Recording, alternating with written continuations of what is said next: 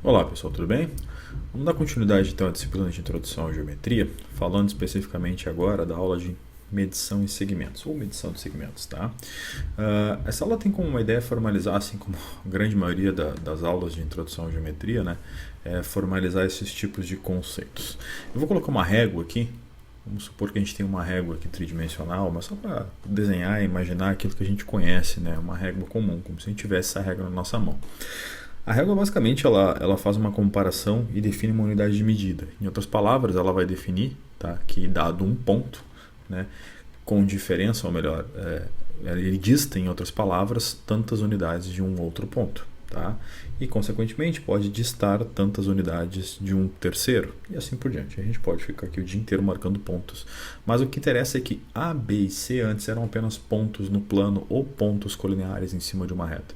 E agora, além de tudo isso, A, B e C tem valores atribuídos a eles. Ou seja, a gente poderia medir e descobrir quanto valeriam a distância entre A, B e C, tá? Respectivamente combinando a distância de A a C, de B a C, de A a B e assim por diante. Tá bom? Bom, o que acontece aqui, basicamente, né, o que a gente vai precisar pensar, ou a gente sabe aqui que intuitivamente, por exemplo, a distância de A até B vale 2, né? Porque A está em 0 e B está em 2. E é por isso que a gente sabe, ou melhor, a gente sabe isso justamente porque a gente introduziu uma medição. Tá? Então aqui a gente sabe também, de uma maneira, né, similar, que de B até C tem 5 unidades e a gente sabe que de A até C tem 7 unidades. Então por que a gente sabe isso? Justamente pela introdução da medição ou atribuição de valores a cada um dos pontos. Tá bom? Bom, feito isso, ou dito isso, a gente consegue, na verdade, atribuir o valor 2 para a distância de A até B, ou para o segmento que vai de A até B, ou melhor, o tamanho do segmento que vai de A até B, justamente porque quando a gente atribui o valor a esse ponto, tá, a gente atribui o valor 2 ao ponto B, assim como a gente atribui o valor 0 ao ponto A. Então, quando a gente faz isso, a gente basicamente está dizendo, olha, mediante a atribuição de valores e posteriormente a diferença deles, tá, a gente sabe que a distância que vai de A até B é 2. Tá? Isso serve para todos os outros, por exemplo, BC é 5, a gente sabe porque foi atribuído o valor 7 para C e atribuído o valor 2 para B. Então, logo 7 menos 2 vale 5. E por fim, AC 7, porque nós temos 7 menos 0, ou seja, 7 atribuído para C e 0 atribuído para A. E obviamente, não preciso nem dizer que se a gente começa a variar esses valores, tá? A gente varia essas, ou melhor, variar as atribuições para cada um dos pontos A, B e C. E repare que A, B e C estão em cima de uma mesma reta, em outras palavras, eles são colineares, tá? Então aqui o que a gente está dizendo em outras palavras é que mudam os valores, tá? Mas justamente por mudar os valores, mudam as distâncias de A até B, de B até C e de A até C, tá? Então o que está acontecendo aqui? É como se a gente imaginasse, em outras palavras, uma reta, A, B e C colineares nessa reta, e a gente sabe esses valores mediante essas atribuições. Mas se a gente parar para pensar, na verdade, esses valores, né, esses tamanhos que a gente está chamando, eles podem ser colocados em escala, né, mais ou menos. Então a gente pode dizer que essa escala ou essa régua que a gente usou nos fez com que a gente tivesse esses valores. E se a gente ficar mudando, a gente pode colocar aqui basicamente diferenças entre A, B e C sem necessariamente, né, pensando assim de uma maneira intuitiva, sem necessariamente ter uma atribuição de valor para A, B e C. Essa atribuição de valor que eu estou falando o tempo todo nada mais é do que a coordenada, a gente chama de coordenada. Né? Então basicamente a gente sabe, ó, se a gente ficar mudando esses valores ou essas coordenadas, tá, que as distâncias existem. Tá bom? Bom, isso independente, tá, de uma régua ser horizontal ou uma reta ser horizontal, a gente está falando de qualquer reta. Tá? Então aqui não faz diferença, eu posso estar falando de uma reta que não necessariamente é uma reta horizontal. Basta que seja uma reta, né? Basta que a gente use os axiomas que vimos antes para pontos em cima de retas, tá bom? Falando em axioma, a gente vai ter o primeiro axioma da aula de hoje, tá? Então a primeira coisa que a gente tem que entender é o seguinte: para todo par de pontos no plano correspondente, tá, a um número maior ou igual a zero, tá, este número é zero se só seus pontos são coincidentes. Em outras palavras, se a gente tem um par de pontos A, B, tá, a gente está dizendo em outras palavras que vai existir um número, tá, correspondente a essa distância entre os valores, tá, e a diferença é que esse número vai ser zero se só se o A for exatamente igual ao B. E a gente sabe disso porque quando a gente fez a coordenada de um menos do outro, se a gente tivesse posições iguais, eles teriam coordenadas iguais e a diferença seria zero. Tá tá bom? Então, basicamente é isso, tá? A gente vai chamar isso de distância ou comprimento, aí vai depender do gosto do cliente, como diz o outro, né? Então, não faz muita diferença para nós, mas basta que a gente saiba o que é cada um desses conceitos, basicamente. Tudo bem? Bom, a gente pode também, tendo atenção aqui, colocar novamente em escala, né? Ou melhor, atribuir coordenadas, né? E aqui a gente vai introduzir o axioma 2, tá? Que ele é muito interessante. Na verdade, axioma 3, índice 2, né? Eu peço perdão, mas enfim, estou lendo só os índices. Então, assim, os pontos de uma reta podem ser sempre colocados em uma correspondência biunívoca com os números reais. Antes de eu continuar lendo, né, o que quer dizer isso? Quer dizer que a gente pode, né, é a famosa escala, que a gente pode fazer uma função objetora dos valores e coordenadas que escolhemos com os números reais. Então, em outras palavras, a gente pode colocar direto os números reais, que a gente poderia ter essa correspondência, tá bom? Continuando ali, de modo que a diferença entre eles meça a sua distância, é aquilo que a gente estava falando, tá? Então esse axioma é bem óbvio, bem tranquilo, né? É como se a gente colocasse, né, todas as coordenadas ou as escalas de uma reta, de uma régua, por exemplo, como eu coloquei lá no começo, aqui eu estou colocando de uma maneira um pouco mais nítida, tá? Então, por exemplo, nesse caso óbvio aqui, que nós temos A, cujo valor da sua coordenada é atribuído como 4, e B, cujo valor da sua coordenada é atribuído como 6, a gente vai ter claramente que a diferença, né, ou a distância, ou o comprimento de A até B é 2, tá? E justamente por aquilo que a gente falou, porque 6 menos 4 é igual a 2, tá? E aqui fica claro também, né, por mais que eu não tenha colocado ainda, é que se fosse a distância de B até A, também seria 2, porque seria 4 menos 6, que daria menos 2, porém em módulo, né, o módulo vem junto, o conceito vem junto com o conceito de distância, tá? E seria 2 também. Tá bom? Bom, temos que cuidar da anotação, tá? AB, a gente falou na aula passada, ou a gente usou, melhor dizendo, que AB era o segmento de reta que ia de A até B. Então não é justo a gente ficar chamando AB novamente com a mesma anotação como agora um valor numérico, tá? Sendo essa distância. Então a gente poderia chamar de módulo ou, tá, como o livro usa, uma barrinha em cima, dizendo que essa barrinha, ou AB barra, né, é a distância de A até B. Tá? Então aqui a partir de agora a distância de A até B vai ser AB barra, tá bom?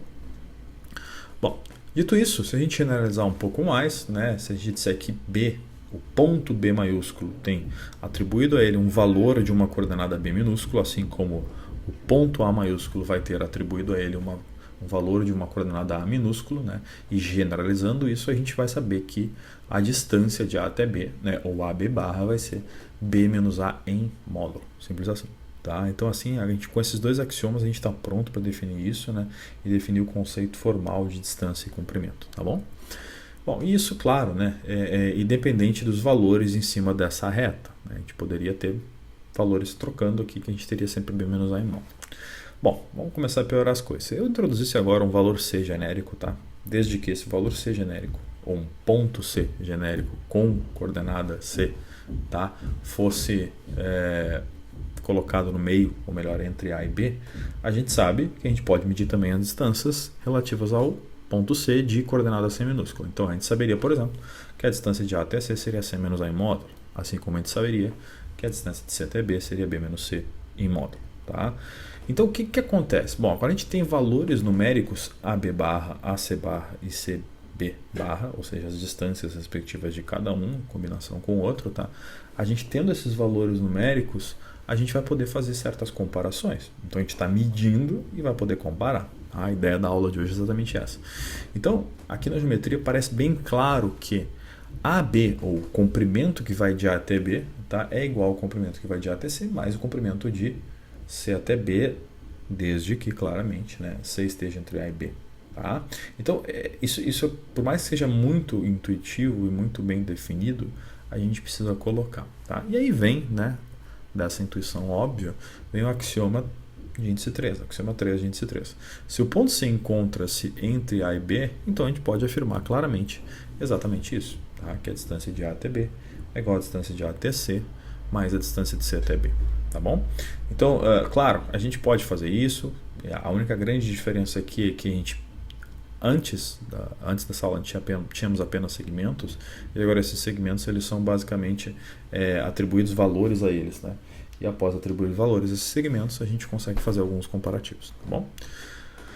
Obviamente, tá? A gente pode pensar aqui que nesse caso específico do desenho da tela, a gente vai ter que C é maior que A, tá? E ao mesmo tempo C é menor que B, C estando entre A e B, tá bom? Onde isso vai nos levar, bom, a gente pode ver daqui a pouco, mas basicamente a gente vai sair ou vai chegar em algum lugar com isso. Primeiramente, se a gente parar para pensar, né, ou escrever de certa forma aqui, o que seria a semi-reta que vai de A até B, ou melhor, a semi-reta definida por A e B, seria, né, obviamente, a semi-reta em azul, né, que continua, obviamente, para o lado direito. Tá? Então, nesse caso específico, por que eu estou usando o conceito de semi-reta? Bom, o conceito de semi-reta é o conceito que a gente aprendeu na aula passada, né, e definiu. Supondo que C agora estivesse fora, né, desse intervalo AB, vamos dizer assim, eu teria agora, por exemplo, que C, tanto no primeiro caso quanto no segundo caso, estaria pertencendo à semi-reta AB. Tá? A diferença é que ele estaria fora. Mas tudo bem, vamos supor que ele está ainda dentro de AB. Só estou exemplificando algumas coisas aqui. Bom, primeiro, a gente sabe o tamanho de A até C, sabe definido quem ele é, né? A gente sabe o tamanho de A até B. Então fica bem claro aqui que quando a gente pode, se a gente quiser, usar os conceitos de semi-reta, né? E usar também as comparações, né, de AC e AB. Uma coisa clara aqui é que, por exemplo, se C estivesse fora, né, ou não estivesse entre A e B, porém, mesmo assim, pertencendo à semi-reta AB, o que aconteceria é que AC claramente seria maior do que AB. Né? O tamanho de AC seria maior que o tamanho de AB. Como não é o caso, né? Então a gente vai poder dizer que se ele continua pertencendo à semi-reta, porém AC é maior, ele não estará entre AB. Então guardem esse conceito, porque é um conceito que é bem fácil de formalizar e a gente pode usar ele depois. Ou seja, vamos lá, uma proposição aqui, se em uma semi-reta, tá, S de AB, considerarmos um segmento com AC, tá, vamos dizer assim, com AC em módulo menor do que o AB em módulo, eu falei módulo aqui, mas enfim, é o tamanho, né? O tamanho de AC menor que o tamanho de AB, então o ponto C estará entre A e B, tá? Ou seja, eu usei o fato de que ele pertencia à semi-reta e também que o tamanho era menor. Logo, essas duas coisas juntas me levam ao fato de que ele está entre A e B. Então aqui é bem tranquilo para eu, usando essas coisas que a gente está vendo hoje, conseguir formalizar o conceito ou algumas coisas, né? E uma delas é dizer que C está entre A e B dessa maneira. Tudo bem? Para provar isso é bem simples, né? De fato, se o ponto B estivesse entre A e B, tudo bem? Perdão, se o ponto B estivesse entre A e C, ou seja, se C estivesse mais à direita, né? Nós teríamos que AB, mais BC seria igual a AC. Isso faria com que o AC fosse maior, né? Como não é o caso aqui. Então, tá bem tranquilo. Tudo bem?